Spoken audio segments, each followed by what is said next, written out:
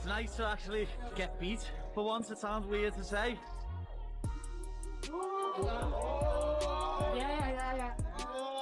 This idea that I could lose a wrestling match is out there. Stay tuned, because if he steps on that line, I'm taking this dude 10-0. Like I said. Alright, so Herman Tsarukian just went after Paddy Pimblett again after watching him lose at a BJJ tournament. This guy doesn't let up, and now everyone's talking about a possible grappling showdown between Jon Jones and Daniel Cormier. But first we need to talk about what's happening with Ilia Topuria in court. So Topuria was back in Spanish court dealing with this domestic violence case involving his ex-partner Georgina Astatishi. The whole thing centers around Astatishi wanting to take their kid from Spain back to Miami where she lived before they got together. Topuria's fighting this move hard. When it wrapped up, Astatishi left without talking to anyone, but Topuria seemed pretty cheerful, telling everyone he's just happy he'll get to see his daughter. Entonces no estoy nada agobiado, estoy muy tranquilo, por favor. Si me dejáis paso. ¿Por qué estáis aquí? Cuéntanos. Es por la custodia de tu hija, Ilia. Por favor, tenemos que pasar. Espera, Silvia. Pero por favor. Nieto, tú estás como un descanso, ¿cómo estás tú también, personalmente? ¿Cómo te encuentras tú? ¿Cómo te encuentras, Silvia? Cuando salga, tal vez. ¿Cuál es tu prioridad ahora mismo, Ilia? Mi prioridad es mi hija, mis hijos, mi familia, esa es mi prioridad. But check this out, Paddy Pimblett's legendary run just came to an end at Next Generation MMA. We're talking about that crazy all-in jiu-jitsu challenge, where everyone hits the mat at once. You tap, you're done. You survive, you keep going. After dominating for years, Paddy's streak finally broke.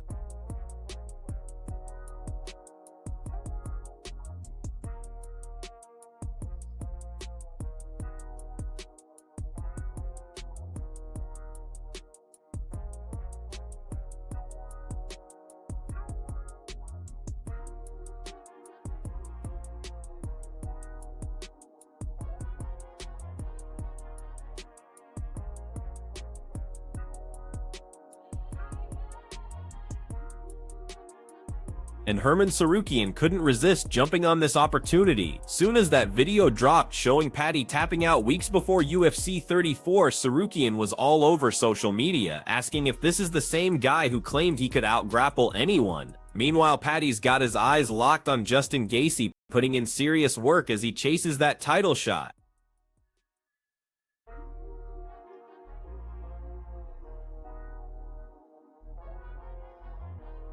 Now here's something wild that's developing between Daniel Cormier and Jon Jones. They just wrapped filming some TV show together, and things have completely shifted between these two. Jones is saying the bad blood with Cormier doesn't control their relationship anymore. He's talking like their beef is in the rearview mirror and there's actually value in working together now. Jones thinks spending time collaborating might heal old wounds and build some mutual respect where there used to be pure hatred. Daniel Cormier part of this show. Obviously him and I have a rough history. I know he doesn't like me very much, me beating him twice, but I think him coming out here to Thailand, filming with me will be a great opportunity for us to mend this jacked up relationship. But I have no problems with him. If anything, him coming out here would give us both an opportunity to maybe start. Cormier's perspective is pretty interesting too. Being around Jones doesn't trigger that same rage he used to feel now that his fighting days are over. He says that chapter closed and took most of the bitterness with it. Sure, the tension and old arguments are still there, but he sees them as history, not something that's going to explode. Right now, he thinks they've reached a place where they can be in the same room, act a professional, and move forward without it turning into another war. Jon Jones it's different because we had such a bad history, but the reality is I'm done fighting now. And it's like that part of it's gone, so it's not nearly as nasty. But I think that we've done a good job of being professional as much as we can. Obviously, we argue a lot, but that's just the status of our relationship. But I think that we've gotten to a point in our lives where we can be in the same area without trying to fight each other. Here's how it all started. Cormier says Jones reached out about the show through a video message. Cormier made it clear he's always wanted to compete against Jones and he's not interested in just avoiding him. But there's one guarantee: if Jones issues a challenge, Cormier will step up. Cormier put it straight up: the one thing I've always wanted to do is compete with Jon Jones. I don't like just walking away from him, but if Jon Jones learned anything from our time interacting and fighting, it's don't challenge me. If you challenge me, you know damn well I'm going to respond. Wrestle him in real American freestyle wrestling, and I would beat him. The idea that Jon Jones and I would literally get into a stance and wrestle a match, and that I could somehow lose, makes no sense to me. Stay tuned, because if he ever steps on that line, I'm taking this dude 10-0, as I said. Cormier's even leaving the door open for one final competitive chapter with Jones, but this time outside the octagon. He's considering settling things in a boxing ring, since they've talked about it before, but the conversation changes completely when wrestling comes up. From Cormier's angle, that's familiar territory, and he makes it clear that if Jones agreed to straight wrestling, it wouldn't even be close. In his mind, that situation ends decisively without question. Cormier mentioned there were several times during our interactions where Jones and I got into it about fighting each other. Сказал, что с Джоном Джонсом поборолся бы и, цитирую, надрал бы ему задницу. Как ты думаешь, насколько вот, если эта борцовская схватка произошла бы все-таки, она, возможно, может произойти в Лиге РАФ, Cormier был бы успешен? Ну, знаете, такое противостояние, где только в борьбе Cormier может потянуть Джон Джонсом, потому что Джон Джонс хорошо борется, но борьба это стихия Cormier, и это парень олимпийского уровня. Это большой уровень. Even Makhachev agrees that pure wrestling is the only scenario where Cormier could really compete with Jones. He points out that while Jones is skilled at grappling, Cormier's Olympic background gives him a clear edge in pure wrestling, making it a much closer fight than under any other rules. The last few years we see that MMA fighters are more competing in grappling matches. Yep. For you, if there's the right offer, would you like to grapple with somebody? Grappling? I don't know so much. Wrestling? Yeah, I'll wrestle Jon Jones. Yeah, they can give me and Jon Jones a wrestling match. Whoever wants to pay for that, yeah, tell us. We'll wrestle me and Jon Jones. Freestyle wrestling. Me and Jon Jones, 2-3 minute periods. It won't take that long though. How do you visualize that matchup? It would. Cormier believes a straight American freestyle wrestling match against Jones would heavily favor him. He's confident his wrestling stays sharp because he's still training and coaching wrestlers every day. In his opinion, that constant involvement keeps his timing and instincts intact, making him certain he'd dominate Jones if it stayed strictly wrestling. Cormier declared, "I'm gonna beat his ass like you wouldn't believe. Because guess what? I still wrestle because I still coach wrestlers every single day." Your relationship with Islam, and you met him as a kid. He barely, spoke any English. He was just a kid with his dream. What was it like for you to see him with the front row seat, to see him achieve that goal? It's so satisfying. Anytime, we all give each other shit about stuff like that. We make jokes, but all I want is for him to be better than I ever was. All those guys, every one of those guys that we trained together, like when Luke would fight, I wanted him to do better than me. When Kane would fight, when Habib would fight, all you want is for your brothers to do better than you. You don't want to. I want every record I ever held in AKA to belong to someone else by the time I'm done and gone. Because then that would mean that our gym, the gym that gave us all so much, still is producing champions. And champions at a rate that, when we were in our heyday, made us the best gym in the world.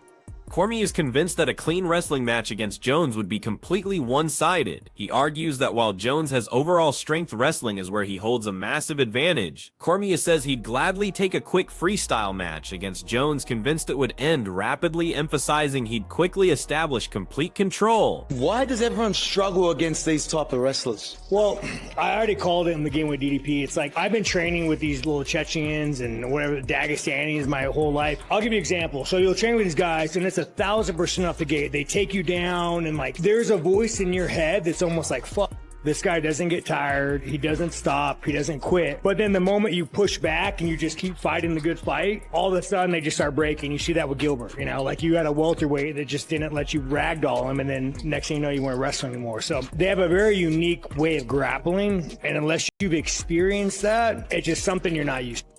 Daniel Cormier shows genuine pride watching Islam Makhachev become a two-division champion, achieving the final goal Cormier had imagined for himself. He remembers when Islam mentioned he'd matched all of Cormier's achievements, except being a double champ, and now sees that dream fully realized. For Cormier, this accomplishment feels deeply satisfying. He emphasizes his real wish has always been for Islam to surpass him in every way, saying that's what you want for your brothers. Whitaker. You don't want Whitaker? It doesn't do anything. I beat Whitaker. There's no title shot ahead of that. It doesn't do anything. Good thing about Fluffy, guy's on like a 50-fight winning streak. You're next in line. He's like the American Chimaev. Like, that's the fight. It's like the girl at the party, everybody's fucked, and you're just like, you know, like maybe if 3 a.m. hits and like there's nobody left, I might try it. Yeah, you're saying that Whitaker's body count is too high. Sean Strickland recently shared his thoughts on how Islam and Khamzat are dominating the UFC right now. He explains that fighters like Islam Makhachev and Khamzat Chimaev create this impression that they never slow down or get tired. From his experience training with Chechen and Dagestani wrestlers, he describes this mental pressure where it feels like they won't quit or break.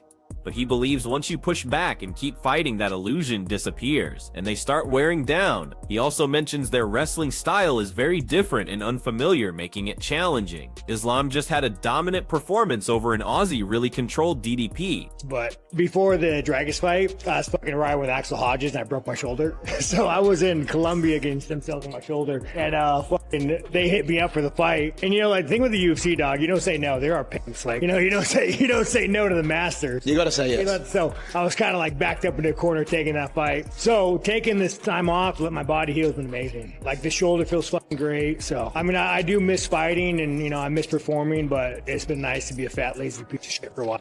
Sean Strickland also calls Anthony Hernandez the American Chimaev and explains why fighting Fluffy makes more sense than facing Robert Whitaker. In his opinion, beating Whitaker doesn't lead anywhere with no clear title shot attached. He dismisses the value of that matchup, arguing Whitaker isn't a meaningful step up anymore. Instead, Strickland views Fluffy as the more relevant and compelling opponent right now, both competitively and strategically. Fire, right? Yeah, he's unbelievable, absolute legend of the sport, legend of the lightweight division, and it's an honour to get in the cage with him and fight him. But I feel bad saying it because I've said it already. I think I'm going to retire him. Is that where you think he is in his career? You think? Yeah, I think he could be on the verge, on the precipice of retiring. He said himself he was going to retire if he didn't get a title shot. So when I beat him, he's not going to get another title shot, is he?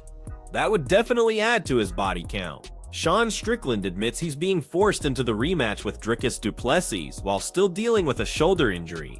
He sees his situation as having no real options, explaining that saying no to the UFC isn't possible. From his viewpoint, the pressure basically forced him into accepting the fight despite not being completely healthy. Oh man, more skilled, more experienced, I think better fighter all around, Justin Gaethje. But I also have been on record and said that Paddy Pimblett is better than a lot of people think he is. You know, because of his, you know, his haircut and the way he talks and the, you know, some of the, you know, the strength of schedule. People don't give him a lot of credit, but when I fought him in April in Miami, I'm not going to say that I was surprised because I was expecting the best version of Paddy, but he's better than a lot of people give him credit for. He's got long reach, good kicks, pretty darn patient and composed in there. But Gaethje's a whole different animal. So if I had to bet, which I can't, but if I had to lean one direction, I'd go Justin Gaethje, interim champion, and then he beats Ilia Topuria later on this year. UFC 34 is coming up fast, and Paddy Pimblett just made a bold declaration aimed at one of MMA's biggest stars. While he respects Justin Gaethje's legendary career, he claims he can shut down Gaethje's reign.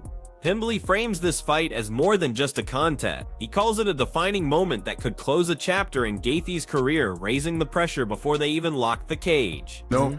Listen, man, this guy might just be the best lightweight in the world. Since Islam's gone, he's really good, man. He's big, he's strong, he's physical. The champion, Ilia Topuria, is tremendous. I think Ilia and Arman are the two best guys in the world.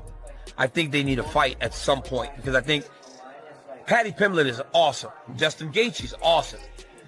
Arman and Ilia seem to have something. And not only something in terms of skill, but between the two that we could build a great fight around, right? So yeah, I think Arman's fantastic though, man. Michael Chandler believes Justin Gaethje has the edge over Paddy Pimblett, and also predicts Gaethje will beat Ilia Topuria later this year. He acknowledges Pimblett has more talent than most people realize, but still leans toward Gaethje. What do you think that fight looks like? Alright.